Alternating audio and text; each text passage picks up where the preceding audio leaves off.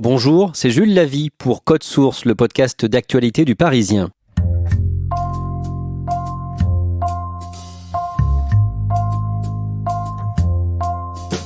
Vous avez peut-être entendu parler de l'opération Janvier sobre, un mois de janvier sans alcool. Invitation lancée par une femme abstinente depuis 10 ans, mais qui a bien failli mourir de son alcoolisme. Laurence Côté est une ancienne cadre supérieure de l'entreprise de BTP Vinci. Pour Code Source, elle raconte son histoire, l'histoire d'une renaissance, au micro de Claudia Prolongeau.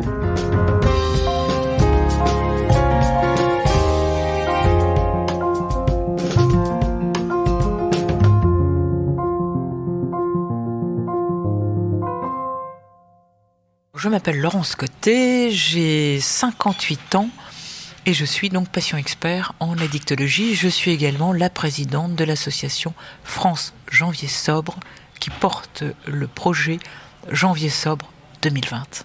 Nous nous retrouvons dans un café juste avant qu'elle ne prenne son train pour retourner dans le Gard, où elle vit. Si je réfléchis bien à mon enfance et à mon adolescence, dans cette famille catho-bourgeoise, on me faisait goûter les bons vins, le champagne, et à 15-16 ans, pour des raisons propres, qui me sont personnelles, je quitte rapidement le foyer familial et je vais donc rejoindre des amis beaucoup plus âgés que moi, qui avaient de l'argent. Et je suis donc entraînée dans des soirées festives, très arrosées. Moi, je me souviens très bien qu'on me donnait ces cocktails très sucrés. Je vois encore les petits bouts de sucre sur le bord des verres. Et c'était ça que j'aimais à 15-16 ans, c'était le sucre. Sauf que le sucre masque le goût alcool. Et que cet alcool, il était bien là. C'était des punchs, c'était des alcools forts. Et j'en buvais, 14, 15, sur toute la soirée. On démarrait ces soirées vers 18h, 19h. On les terminait vers 5h du matin, souvent la tête dans le seau. Et donc, déjà là, c'était des soirées alcoolisées.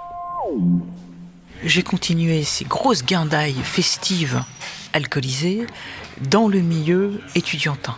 J'ai fait une année de médecine, après j'ai fait 5 années de droit, et là j'ai abusé d'alcool. Donc c'était les bières, les belles bières brunes, très sucrées à nouveau. On retrouve toujours le sucre. Et puis là, ça a duré jusqu'à 25 ans. À 25 ans, je commence à travailler. Mais là, j'ai la chance de rencontrer mon mari. Et heureusement, parce que Pierre, qui était un homme que j'ai beaucoup aimé, plus âgé que moi, il avait 20 ans de plus que moi, il m'a encadré. Et donc, tout ça s'est régulé.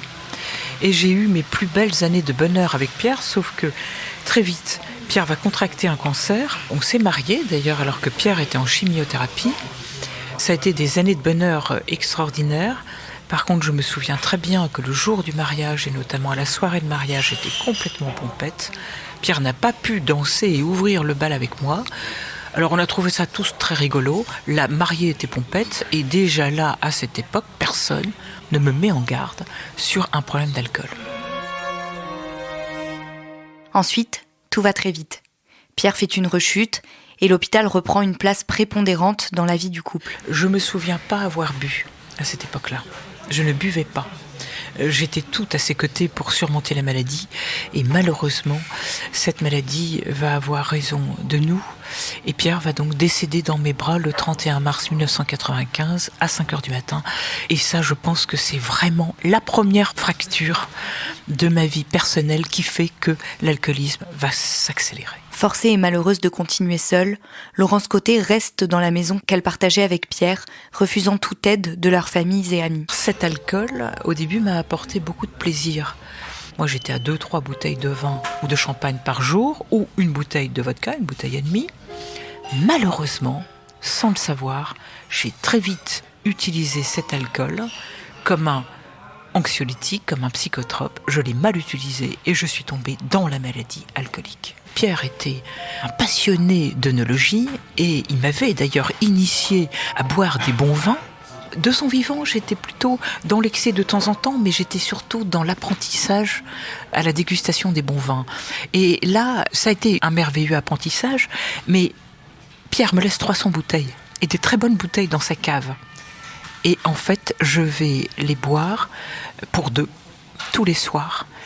et je vais m'enivrer. Je vais vite sentir que ce vin, c'était plutôt du vin et du champagne, me soulage donc ce deuil, et je m'en sers comme un anxiolytique. Parallèlement, la vie professionnelle de Laurence Côté se passe magnifiquement bien. Elle enchaîne les postes à responsabilité, est appréciée de tous et se découvre une vraie passion pour le milieu du BTP dans lequel elle évolue. Alors à 35-36 ans, je suis une forcenée de travail et ça va être une ascension fulgurante. De responsable, je vais vite passer directrice à secrétaire générale. Je vais changer parce que je suis souvent sollicitée par des chasseurs de tête. Donc je vais découvrir énormément de secteurs professionnels passionnants. Je vais voyager dans le monde entier. Et là, je vais tomber, tout en étant en fait déjà alcoolique, je vais tomber dans un environnement professionnel où l'alcool est constamment présent. Ça va continuer comme ça, par étapes, jusqu'à 48 ans. Ce jour-là, le 25 janvier 2009, se tient la traditionnelle cérémonie des vœux de l'entreprise Vinci où elle travaille.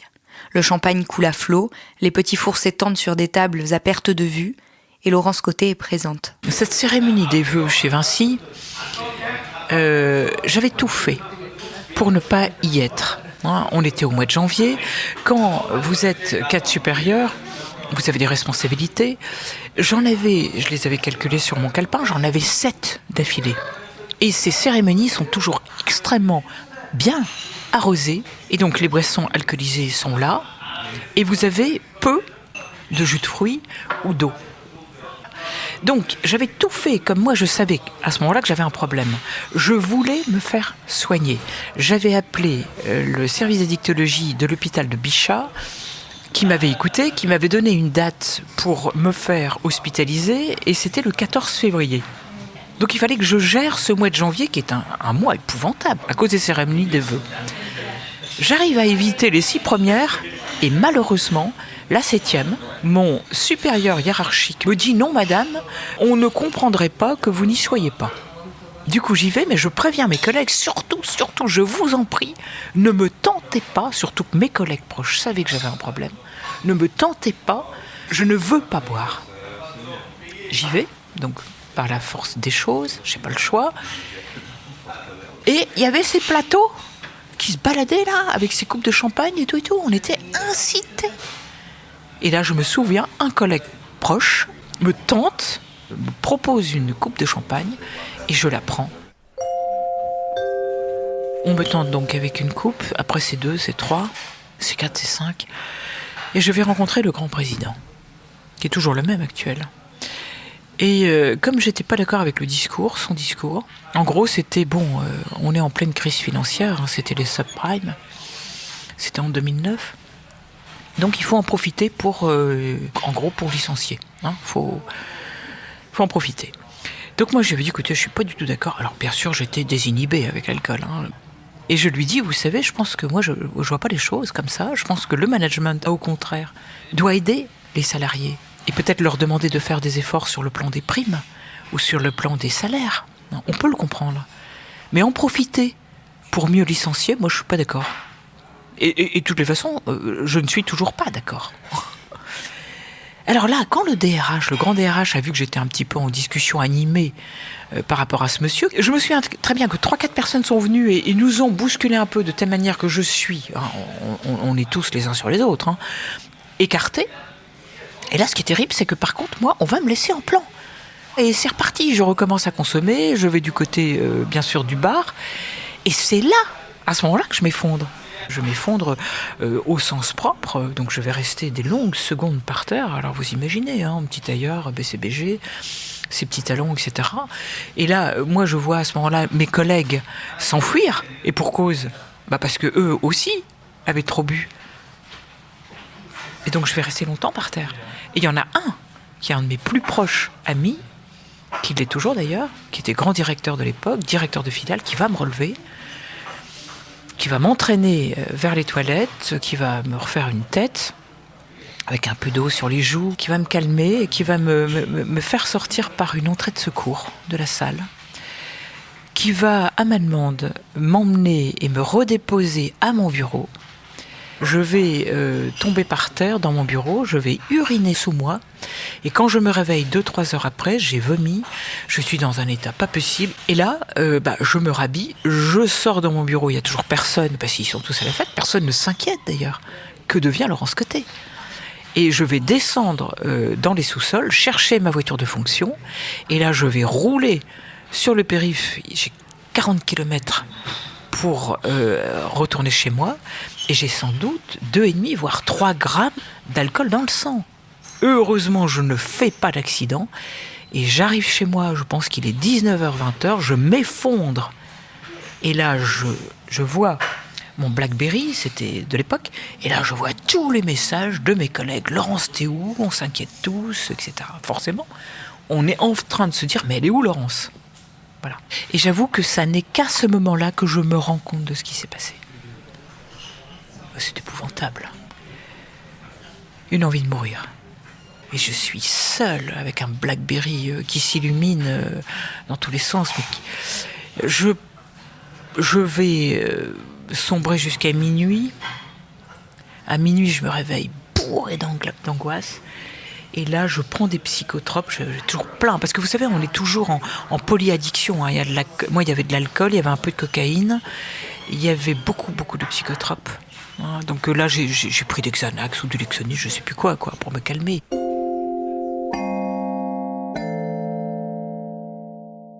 Laurence Côté se réveille le lendemain, samedi, morte de honte et d'angoisse, sans personne à contacter. Quand vous avez tout perdu, votre dignité de femme, vos amis, hein, vous n'avez plus qu'une chose à faire, c'est de continuer à picoler, quoi.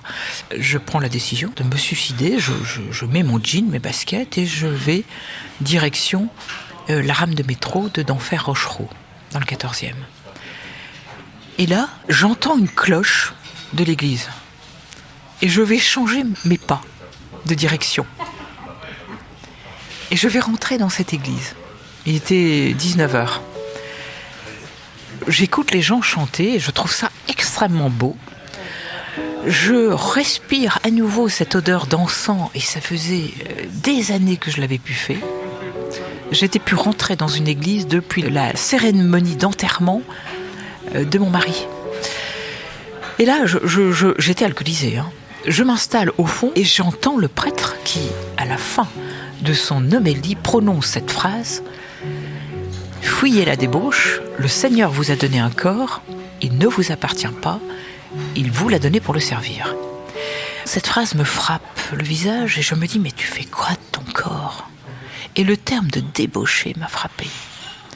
Les gens quittent l'église, moi je vais rester encore 1 heure à me recueillir et à prier. Je vais quitter cette église vers 20h. Je rentre chez moi, je prends les bouteilles d'alcool, je les vide dans l'évier, je me prépare un chocolat chaud avec beaucoup de sucre. Je le bois, je m'allonge sur mon lit. Je n'ai plus bu une seule goutte d'alcool depuis cette seconde. C'était il y a 10 ans. Le lendemain, dimanche, est le 2e jour de sobriété de Laurence Côté. Elle en est si satisfaite que la perspective de retourner travailler le lundi, après ce qu'il s'est passé, ne lui fait rien du tout. Le lundi, j'arrive au travail, sobre, depuis 48 heures. Je vais dans mon bureau. Bon, là, silence complet, personne ne vient me voir, je n'ai pas de rendez-vous, donc j'attends. Je regarde mes mails, je me souviens pas qu'on soit venu. Personne, silence complet. Et dans l'après-midi, j'ai un coup de téléphone de la secrétaire de mon patron qui me dit « Monsieur Untel veut te voir à telle heure ». J'y vais. Je vois ce monsieur Untel, rouge comme une pivoine, et il me dit « Le DRH va vous voir à telle heure, tel jour ». C'était le lendemain. Bon, c'est tout, il dit rien. Bon. Moi, je m'en vais dans mon bureau, puis je me dis, bon, on verra bien. Calme plat, hein, tout le monde m'évite, c'est clair. Hein, bon. Donc, je reste enfermée dans mon bureau, très, très seule, très seule. Et je retourne chez moi. Et là, de nouveau, petit chocolat chaud, sucre, voilà. Alors, le lendemain, je vais au travail. Et donc là, le DRH me dit, écoutez, Laurence... Alors c'est extraordinaire parce que pour une fois, il m'appelle Laurence. Et pour une fois, il me parle finalement. Et il me dit, vous avez un problème. On ne peut pas vous garder, c'est tout. On n'a pas le choix, c'est monsieur Untel qui veut que... Voilà. Oh, moi, je dis rien, vous savez, je m'en fous. Il n'y a qu'une chose qui compte, moi, c'est mon abstinence. Le reste n'est que détail. J'ai jamais été aussi heureuse. Pour moi, le bonheur aujourd'hui, c'est ma sobriété. C'est ce que je fais, c'est-à-dire de la prévention. Et c'est de me dire, j'ai pas de séquelles de cet alcoolisme qui aurait pu me tuer. Donc quand vous avez cette vie avec autant de souffrance et que vous avez cette chance d'être toujours en vie, vous n'avez pas le droit de vous plaindre et vous n'avez que juste à profiter des petits bonheurs de la vie.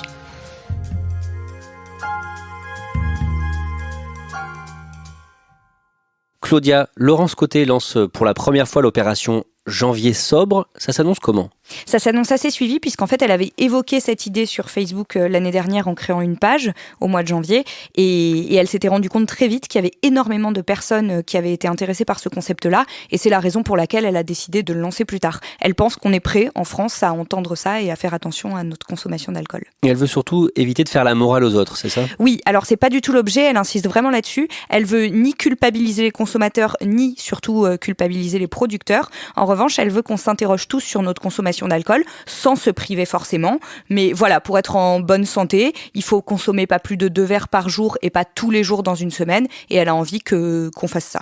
Laurence Côté a créé une association et écrit un livre pour aider les personnes alcooliques à s'en sortir. Quelle est sa méthode ?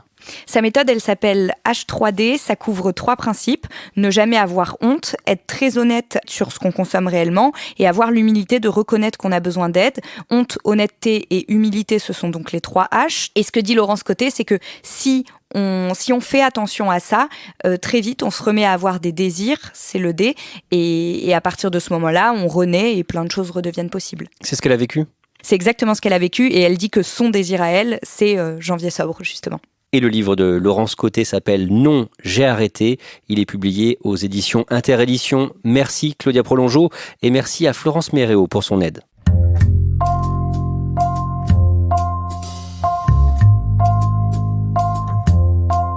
Code Source est le podcast quotidien d'actualité du Parisien. Production Clara Garnier-Amouroux et Stéphane Geneste. Réalisation Benoît Gillon. Si vous aimez Code Source, n'hésitez pas à en parler à vos proches ou sur les réseaux sociaux. Code Source est disponible chaque soir à 18h sur leparisien.fr, toutes les applis de podcast, mais aussi Deezer et Spotify. Et vous pouvez nous écrire directement codesource@leparisien.fr.